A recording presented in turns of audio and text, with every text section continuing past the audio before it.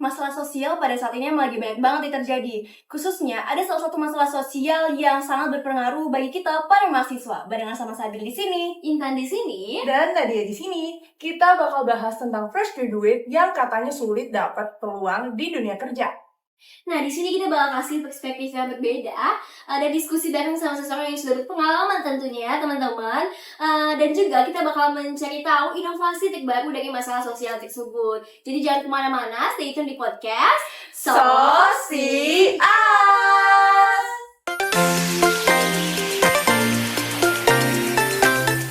Halo Komers! Nah, kayak yang tadi udah kita singgung, di podcast kali ini kita akan membahas tentang salah satu isu masalah sosial, yaitu tentang pengangguran. betul. Nah kita khususnya bakal bahas tentang mahasiswa nih. Kita bakal bahas tentang mahasiswa yang katanya susah cari peluang di dunia kerja. Waduh. Apalagi yang fresh graduate nih. Iya. Karena nih dari Badan Pusat Statistik per Agustus 2023, pengangguran di Indonesia tuh udah mencapai 7,86 juta. Wow. Dan sebanyak 12%-nya itu adalah merupakan mahasiswa lulusan dari sarjana dan juga diploma. Dan mereka tuh masih tergolong fresh graduate gitu. Benar banget sih, apalagi kan makin banyak ya memperkenalkan anak. Jadi semakin banyak juga populasi di Indonesia ini ya Betul. kan. Tapi kita nggak cuma bertiga aja nih teman-teman, nggak cuma ada Nadia, Intan dan juga Sabil. Kita juga bakal mengundang seseorang yang berpengalaman banget nih. Gitu Asik, ya kan? pengalaman banget nih. Langsung aja kita manggilin. Boleh aja langsung kita panggil ini dia, Kak Angga Labesa.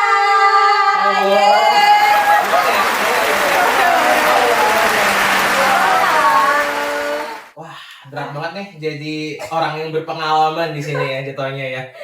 Gimana nih? Gimana? Boleh dong Kak kenalin dulu nih dengan siapa di sini. Oh gitu, harus perkenalan pakai izin dulu nggak? Kayak mahasiswa baru ya. Oh gitu ya. Halo, saya Angga Labesa. Saya seorang karyawan, content creator, terus apa lagi ya? Nyari-nyari kerjaan juga gitu. Oke.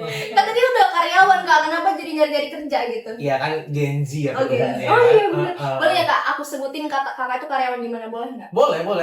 Oke, Commerce. Jadi kakak ini tuh adalah seorang penyiar di program 2 di Bandar Lampung, dan dia ini menjadi penyiar tuh udah sejak SMA. Oh gitu ya? Iya, bener. Saya baru tahu loh fakta itu. Oke. Gimana? Jadi panggilannya apa di sini kalau teman-temannya lagi dengerin? Commerce. Halo, Komar. Halo.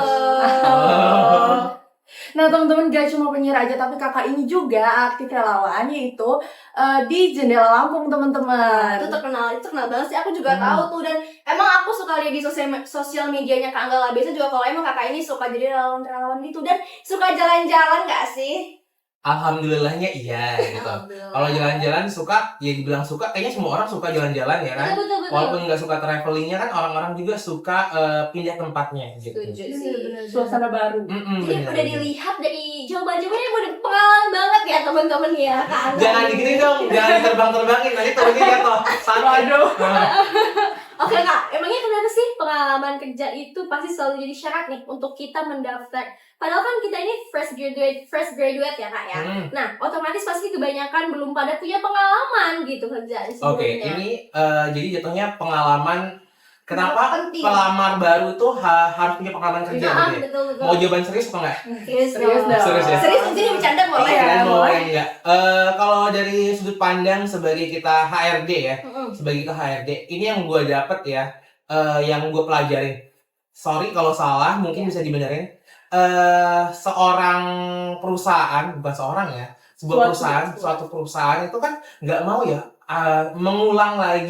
memulai dari awal, kayak melatih lagi anak-anaknya. Pasti mereka maunya langsung produk yang udah jadi gitu, nggak mau kayak ngabisin tenaga lagi untuk melatih. Dan itu kan kalau kita ngomong efisiennya, lebih efisien dapat teman-teman ataupun pelamar yang udah punya sertifikasi gitu, udah punya pengalaman kerja gitu, daripada pelamar yang belum punya pengalaman kerja gitu.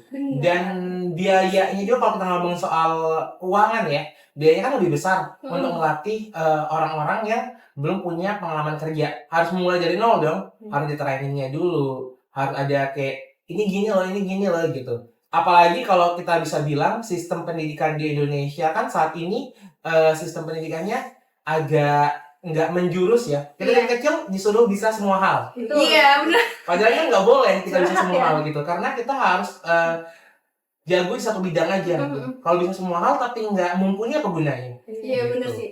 Tapi emang kalau itu sih yang aku rasain sih ya, itu kayak emang kayak bisa ini bisa itu, tapi kayak nggak ada yang ahli gitu, hanya bisa aja. Dan itu sekarang aku mikir kayak yang kayaknya nggak penting banget deh. Mungkin kayak lebih efisien tuh kalau kita yang fokus ke satu hal. Iya, gitu ya. itu bisa jadi alasan untuk perusahaan mau pelamarnya itu harus punya pengalaman kerja. Tapi pertanyaannya sekarang kan adalah kan gini, lulusan-lulusan baru itu gimana mau dapat pengalaman kerja kalau semua perusahaan maunya lulusan yang punya pengalaman kerja? Nah, Itu kan pertanyaannya, Iya, betul. pertanyaan terbesarnya. Nah, solusinya mungkin adalah dengan cara lulusan-lulusan baru ini udah memulai lebih awal gitu.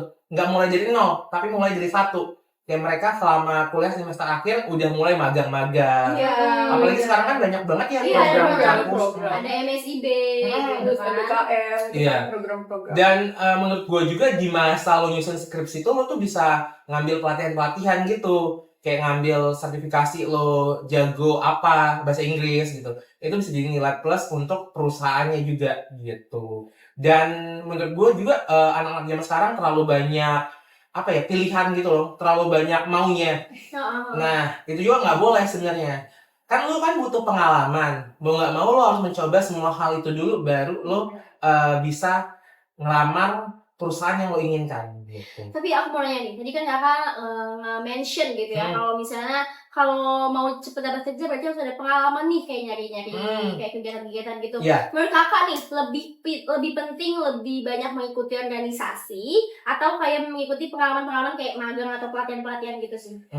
Tapi gini ya, tadi bukan menurut gue ya, fakta ini ya perusahaan sekarang kan butuh pelamar yang punya udah ada basic. iya udah ada basicnya, punya pengalaman gitu. Nah kalau balik lagi nih pertanyaannya adalah pentingan ikut organisasi ataupun magang. Karena itu kayak jadi perdebatan gitu ya, apalagi di Bener, sosial bener. media, di TikTok, di Instagram, kayak banyak yang saling argumen kayak nggak penting menikut ini, nggak penting menikut ini gitu. Jadi kakak nih gimana? Basicnya kan kalau kita ikut organisasi, ikut UKM di kampus itu sebenarnya kan magang juga ya kan. Kita belajar juga Iya, benar. berorganisasi. Sebenarnya bagusnya diikutkan keduanya gitu. Atau lebih bagusnya lagi lo memulai itu dari organisasi di kampus dulu. Dari step yang kecil dulu baru lo mulai kayak magang di step yang gede gitu. Tapi akankah lebih baik kalau keduanya berjalan dengan seiringan kan? Dan sebagai mahasiswa juga kalian harus tahu mana yang paling penting gitu. Yang paling penting kan pendidikan kalian kan. Yang paling penting adalah kalian menyelesaikan kuliah kalian, baru mengikuti yang lain. Jadi yang fokus utama adalah kuliah dulu, baru yang lainnya itu instrumen ngikut aja gitu. Jadi tetap mengikuti skala prioritas. Tapi kalau emang prioritas kalian emang pingin magang, ya oke nggak apa-apa. Semua orang kan beda-beda gitu. Benar. Setuju sih. Nah tadi kan kita udah mention nih kalau kakak itu tuh adalah seorang penyiar dan udah berkecimpung di dunia penyiaran tuh sejak SMA. Boleh nggak sih kak ceritain gimana sih kok bisa anak SMA jadi penyiar? Harusnya kan SMA sekolah aja gitu. Kalau diomongin kayak gitu, gue jadi kayak apa ya, ngerasa kayak rendah diri gitu ya. Jadi Enggak dong, itu nggak enak hebat. gitu ya. Kalau kita ngomongin soal gimana awal mula ikutan jadi penyiar yang SMA. Dulu tuh di Pro 2 RRI Bandar Lampung ada program magang gitu untuk anak-anak SMA. Gue apply lah ke program itu, nama programnya Sore Ceria. Akhirnya keterima, terus berlanjut lah ke Kuliah. Kuliah tuh ada program lagi, pembukaan lagi di Pro 2, program Broadcaster Academy. Gue apply lagi, tapi gue keterima gitu. Sempet vakum beberapa saat, abis itu langsung lah gue ngelamar lagi di RRI. Mungkin karena emang bisa dibilang rezekinya. Abis itu karena COVID juga, akhirnya keterima di RRI jadi penyiar tetap gitu. Tapi sebenarnya kalau untuk wadah, untuk teman-teman saat ini untuk magang banyak banget. Magang-magang sekarang, apalagi sekarang kan sosial media udah gede banget. Terus kita udah bisa Zoom, udah bisa online segala macam. Kerjaan-kerjaan yang tanpa kita tetap muka pun ada gitu.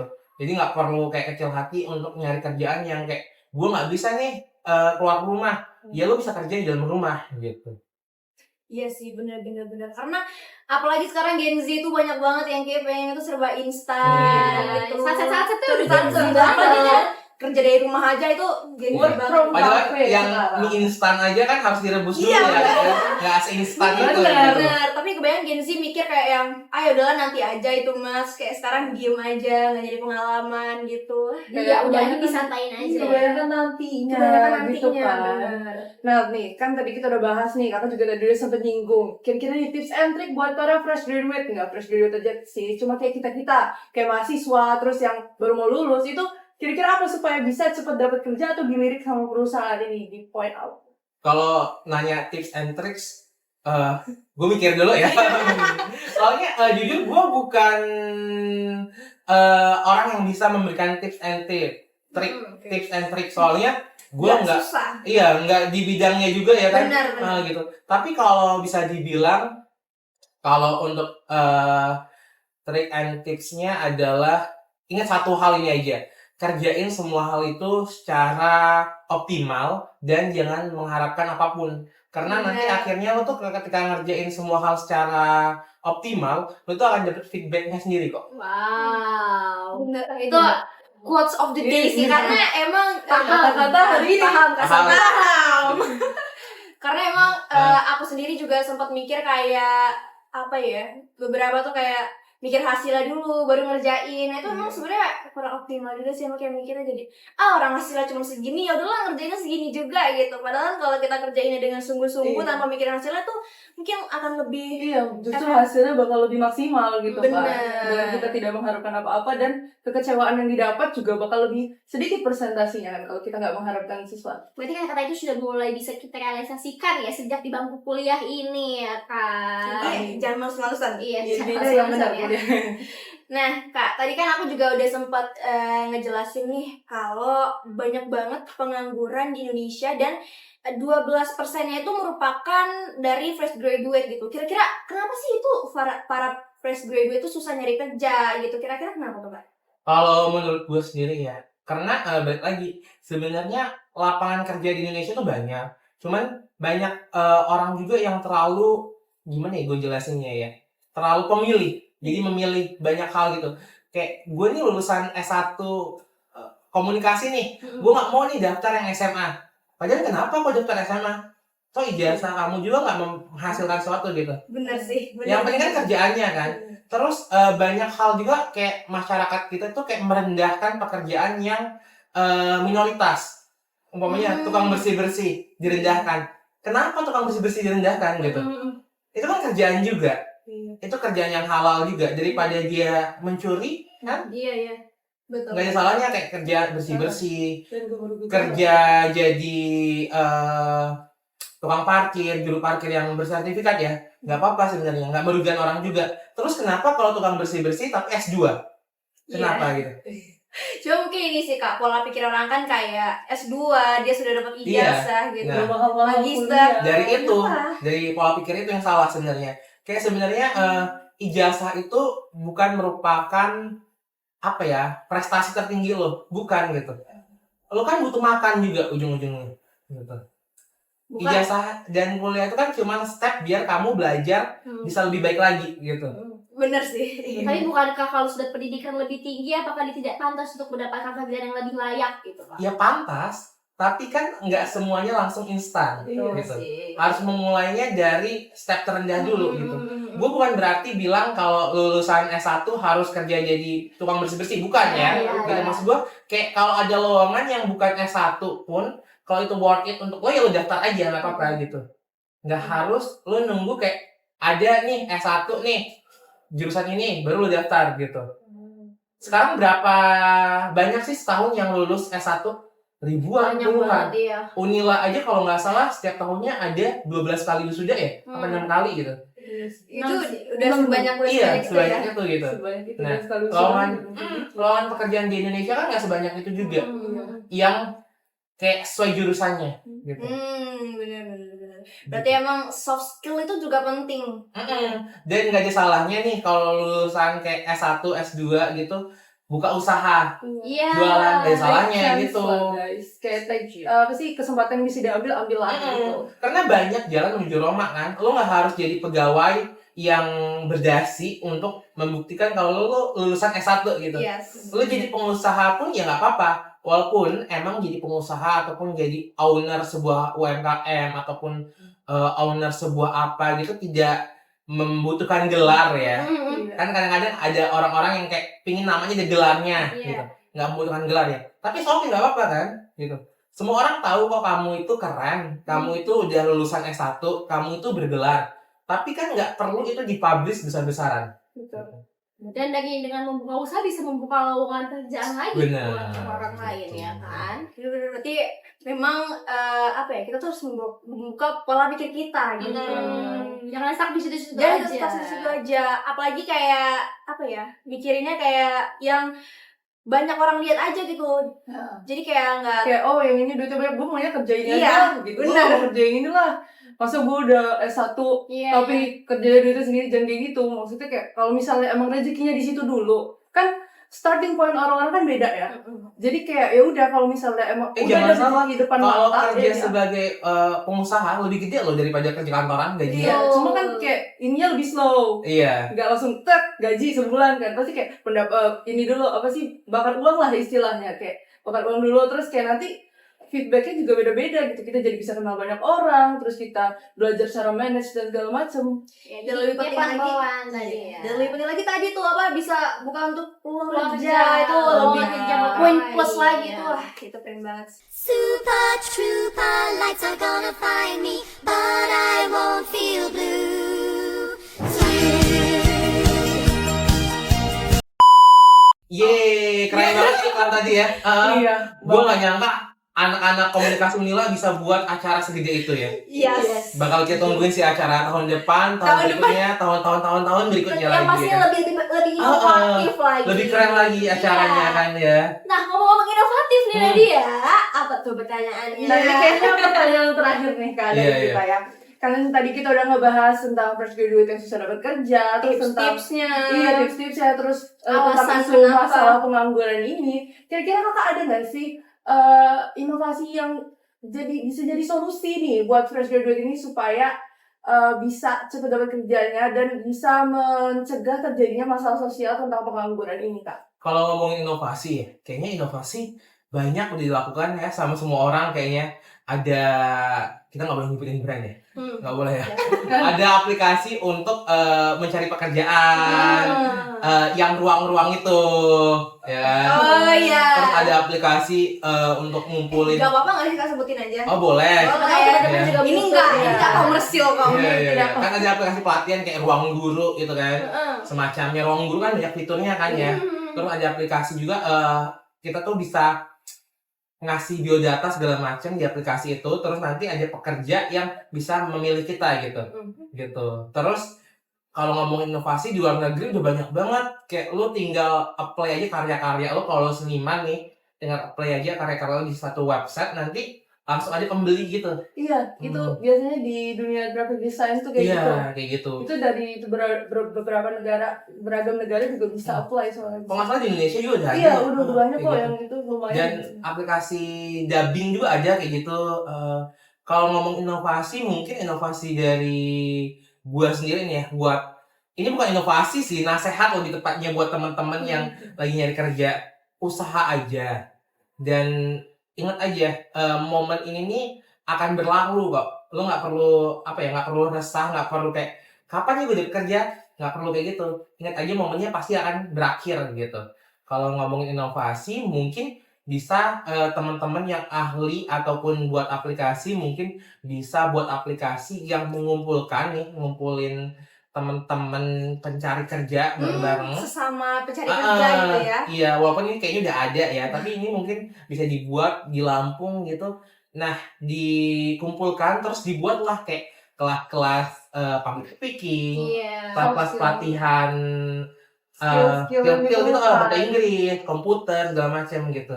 Yang nggak berbayar gitu, ataupun yang berbayar pun tapi yang nggak komersil gitu. Benar. Mungkin bisa dibuat sama teman-teman anak komunikasi yang jago-jago gitu kan. Semoga bisa Semoga ya. ya. Semoga Kita ya. ciptakan inovasi tersebut. Amin.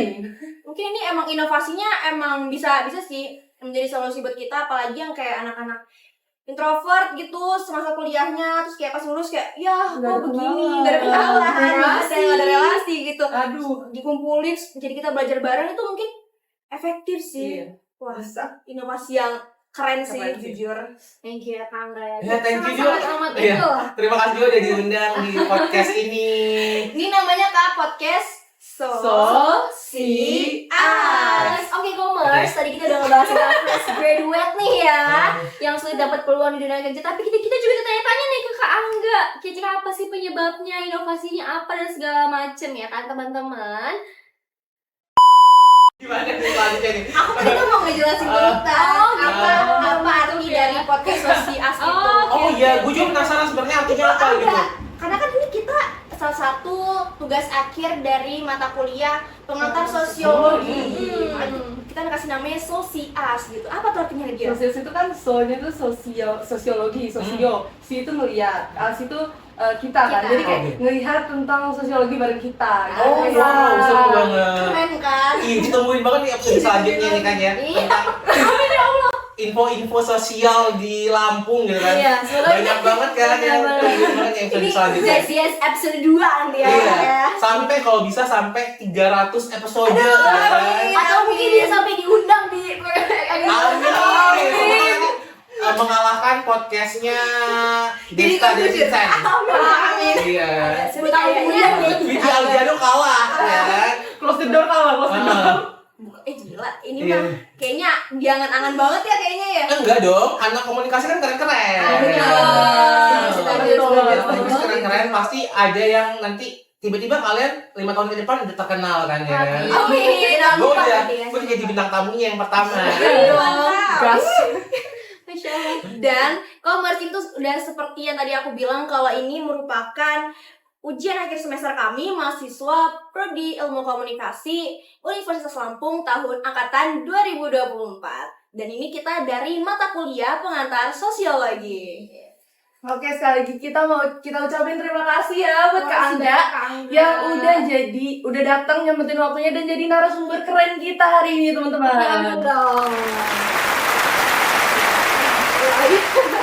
Ini gila, maksudnya gila tuh keren banget Iya. gitu kayak Gak nyangka ya bisa bisa muda seperti pengalaman dan sudah aktif sejak SMA, sejak sekolah aktif menjadi relawan, aktif menjadi penyiar. Keren banget sih. Ada nggak Kak closing statement untuk para commerce di rumah nih? Oke, tadi mengutip kata gue yang tadi ya.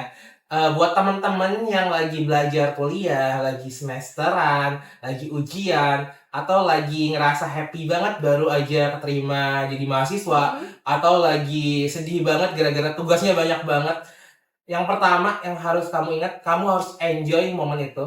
Momen itu harus kamu nikmatin senikmat mungkin. Mau momennya sedih, momennya bahagia, momennya kecewa. Kamu harus ingat momen itu bakal berakhir, bakal kelar, bakal ada endingnya. Jadi ketika kamu senang, kamu pun tahu kamu senangnya secukupnya, sedihnya secukupnya, dan bahagianya secukupnya. Wow. Langsung lagunya Hindia. Boleh nanti kita play. Kata-kata ini, kata-kata ini paham. Kita juga punya closing statement. Boleh Intan? Komunila 24. Don't be passive, be active and progressive. Sampai di sini aja dengan Intan di sini. Sabil di sini dan Nadia di sini. Kita akhiri. Wassalamualaikum warahmatullahi wabarakatuh. Bye-bye. Oke teman-teman, sebelum kita tutup mungkin kita bakal kasih tahu nih ke Kak Angga jargon kita ya di ilmu komunikasi angkatan 24. Boleh yuk kita mulai. Kita tadi dulu. Boleh, siap-siap. Lanjut aja langsung Oke, aja. Kak. Gimana, gimana? Komunila 24. Kakak boleh jawab. Don't be passive, be active and progressive. Oke. Bisa ya Kak? Bisa. Kita coba sekarang Iya, boleh? ya boleh. Oke, boleh. kita mulai ya teman-teman. Iya. Yuk, 1, 2, 3. Komunila 24. Don't be passive, be active and progressive. Yeay.